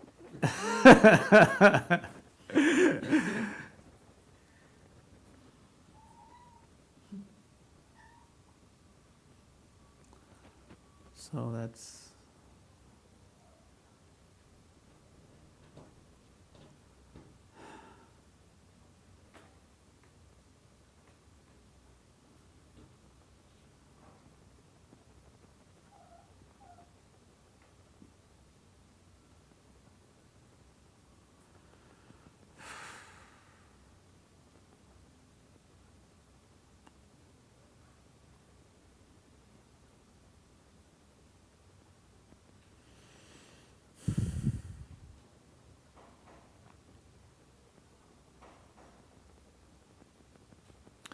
I wonder if I'm looking, waiting for sex again, or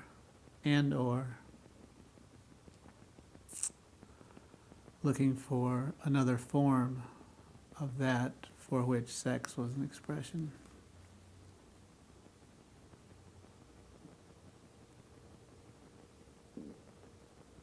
It's a wondering.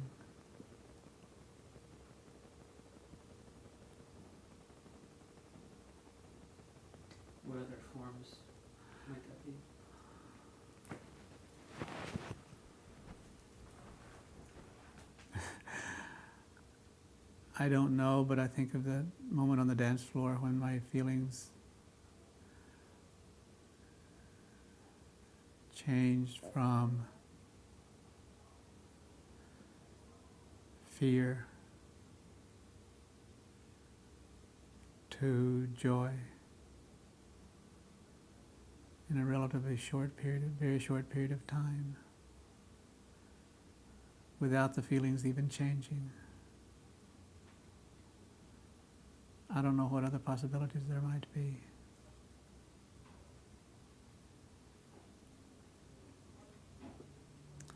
I presume sex remains as a possibility of carrying that same, or maybe not. Maybe I've been there, done that. You know there's something else. You do. I know there's something else. You just do.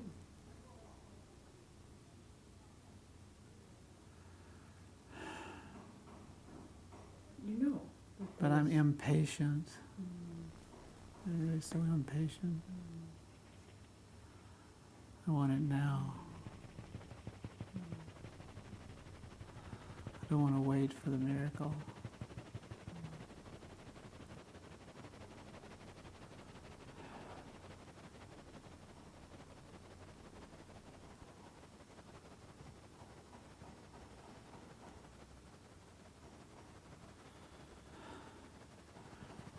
Remember the old film about Leonard Cohen when he was, toward the end of the film, black and white from Canada, Canadian Film Board. And he's sitting in the bathtub writing with something on the wall of the bathroom, or the bathtub, or the bathroom. Something to the effect of, you think you're going to know me by seeing this film, you're full of shit, basically. Latin for that. Was it in I think Latin? it was Latin for that. Caveat emptor? Buyer beware? Something like that. Yeah, I think it was Latin. So I'm wondering if that's how I'm going to feel about this video. In part. Cohen also let the cameras keep rolling.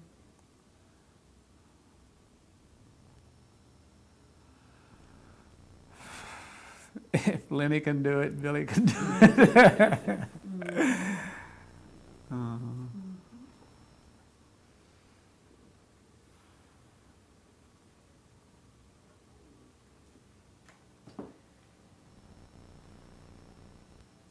Focus on my hand. I did for a minute. Let's get it again.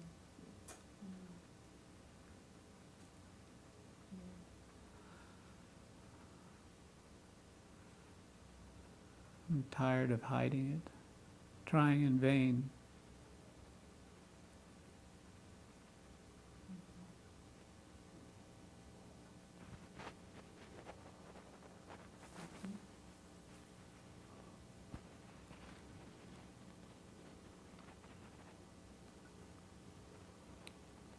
This is supposed to happen at 80, not 60.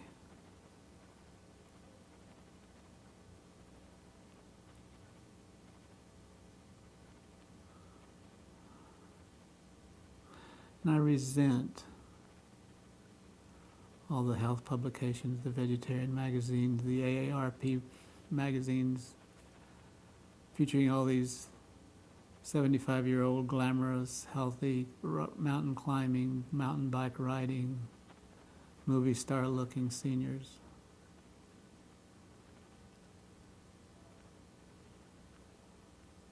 What do you want to see in there? It's not that I don't want them to cover those things, but I don't want them to cover those things exclusively. I want them to deal with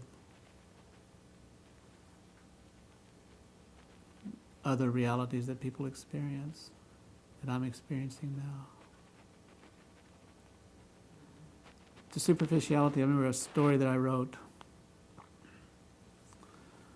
for Vegetarian Times magazine about seniors in nursing homes and retirement homes. They wanted it to be an upbeat story. And there were upbeat parts, but this one woman I focused on was not being respected. A woman who had been a social activist and vegetarian back in the 30s, a Communist Party member, and idealistic.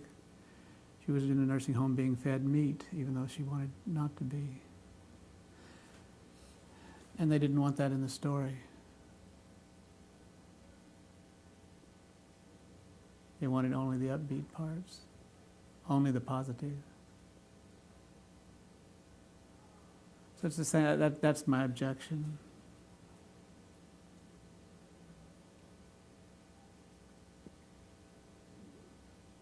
Let's go back to Cohen. You can submit this.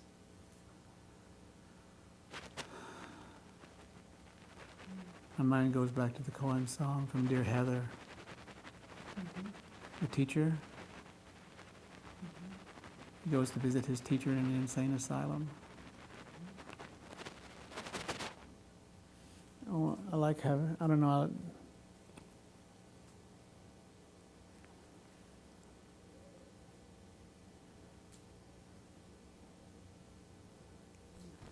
Take that from you. You're gonna be wrestling along. He goes to visit his teacher. yeah, and the teacher's losing his mind.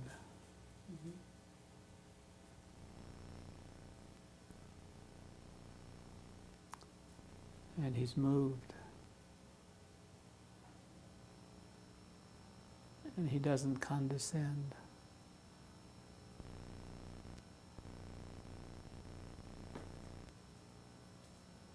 I think that's one thing I definitely fear is condescension and pity.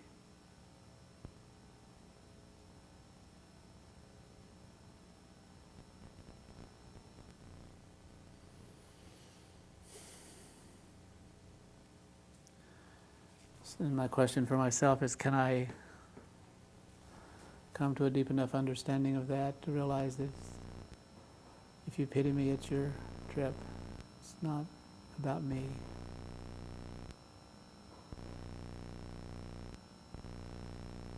That my experience is independent of how you see me.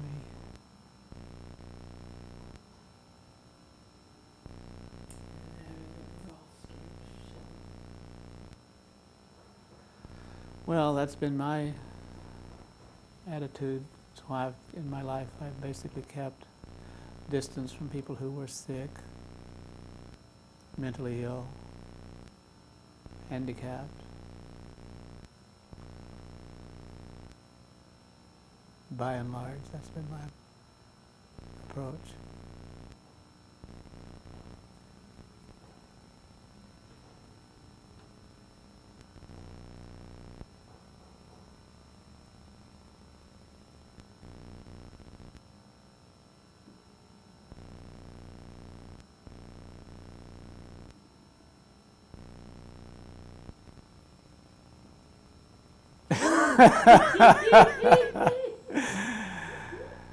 Willing in a drop of a hat to forgive and to drop it all, leave it all behind.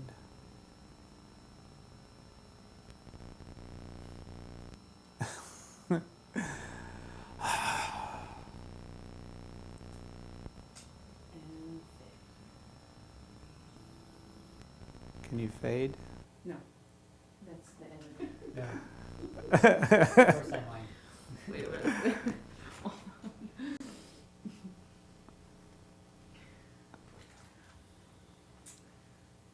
Yes. All right. Question for At what age and where, geographically, were you when you were circumcised? I believe I was about 5 years old, somewhere in Southern California. Because? My understanding is, and I haven't really talked with my parents at length about this, but my understanding is that when my parents immigrated here, they had much more contact with people in the Russian Jewish community, and since the Soviet system was so adamant about making people as irreligious as possible, I think the Jewish community took it upon themselves to do as much as they can to kind of undo that. so I think as part of that process, I think a rabbi that was kind of, I guess, kind of a liaison for this community got involved, and I'm not exactly sure why I wasn't circumcised as an infant like my brother was. So circumcision was practiced some in the Soviet Union by Jews. It was some. It wasn't. Exactly. There's a lot I don't know about that. Yeah. Were you anesthetized? I was, although as someone of that age, I was very confused by what was going on.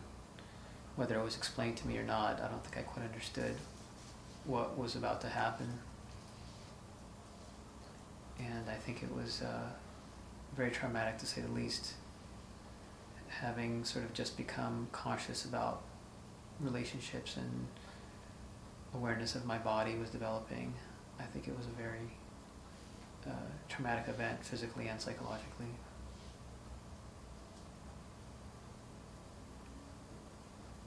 And I remember parts of the healing process which took quite some time, which were also painful.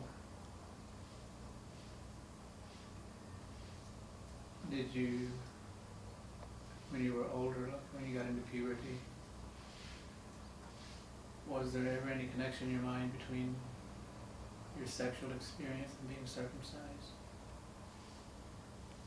Or between that time and now? Yes, I think it sort of came in waves, but I've become aware of how that trauma, even just physically, affects sort of my experience of sexuality. In what way? In terms of sensitivity, in terms of pain, in terms of the dysfunction, some of the functions that's lost.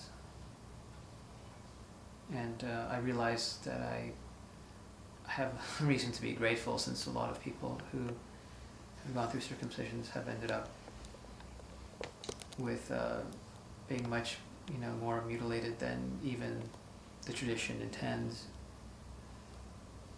And you're probably familiar with the classic case of the twin brothers who were both circumcised, and one had a pretty bad accident in that experience, and the doctors attempted to make him into a her. Yeah. Yeah. And I think that's covered that story.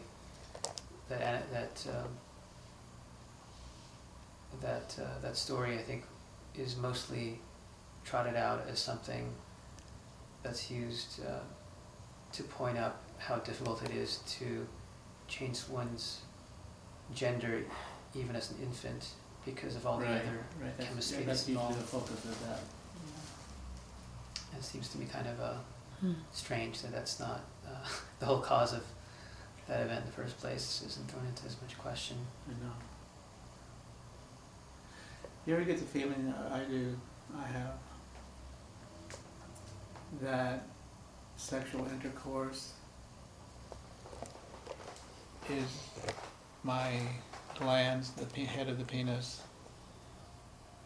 seeking the moist, warm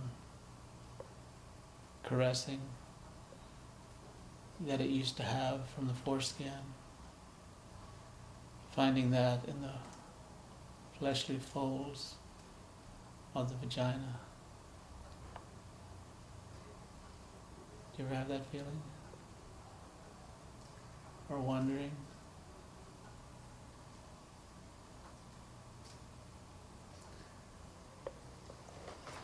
I've never quite thought about it that way, but There's gay men who practice something called docking. You familiar with that? no. A circumcised and an uncircumcised man will put their penises head to head, and the uncircumcised man will stretch his foreskin over the bare head of the other man's penis,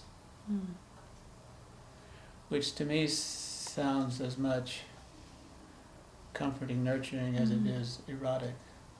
That doesn't have an erotic charge for me, but it has definite feelings of nurturance and caressing. And I think that's part of my attraction to fucking, to sex. Could be oral sex as well.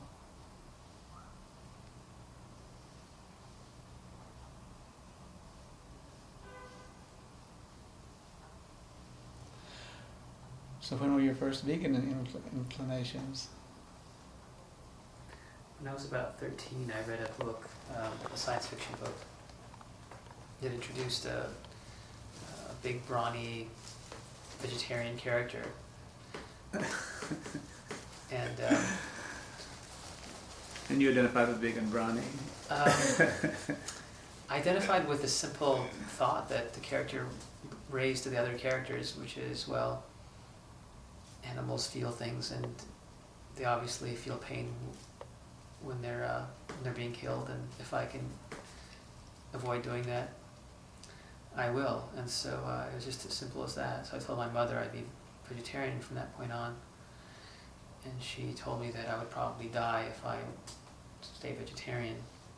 You were how old? I was about 13, roughly. And she was a physician. She was my physician, and she was a practicing physician at the time. So it seemed kind of far-fetched, but, well, she was a doctor, so she was supposed to know. So when I went away to college when I was 17, I realized that there are other living, breathing vegetarians walking around me. They still looked alive. So at that point I became vegetarian. And when I moved up here from San Diego, I felt like up here vegan was the new vegetarian, and it didn't seem quite so bizarre and extreme to be vegan. So I changed over, and that was about 16 years ago. So this leaves sex and Leonard Cohen. When did you lose it sexually? So I'm running out of tape and it's 4:25. I can change the tape. No. The question? That was my peak experience. That leaves sex and Leonard Cohen. When did you have your first sexual experience with somebody else? While listening to Leonard Cohen. And how did you stumble across Leonard Cohen? I had a friend in college, a Swedish friend, who got me a Best of Leonard Cohen CD, and before that I'd never actually heard of him. And I was a little slow to warm up to him, but I was, and I sort of got quite into that CD. I don't know if you have it. It has Suzanne and Bird on the Wire and Blue Raincoat and Take This Longing, Chelsea Hotel. I think I have it on cassette tape. And I was living on Oxford Street in Berkeley, and I was basically with my first girlfriend. And I remember this studio apartment pretty clearly. I was only living there for about 9 months, so that window in time is captured very nicely in that sort of the background of the scenery of my studio apartment. And So you're at Chelsea Hotel? it was a pretty influential relationship, and it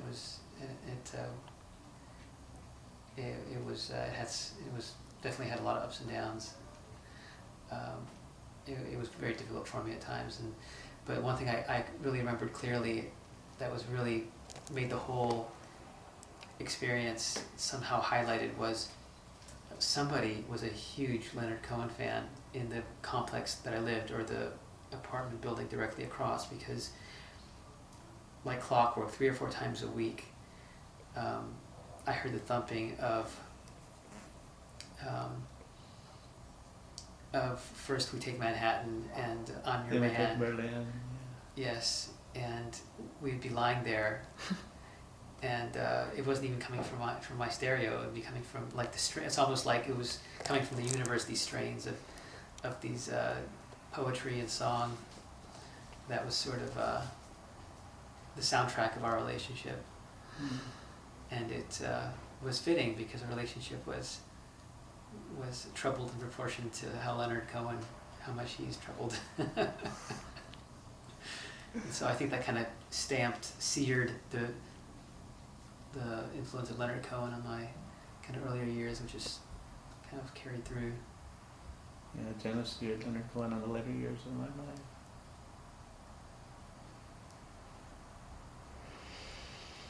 You want to stop it? You got anything you want to do? Ask? I don't think so. Okay. Anything you want to say? I think this is a good moment. You're going to make eye contact with the camera, with the lens, so you can see what it's like to look into your own eyes.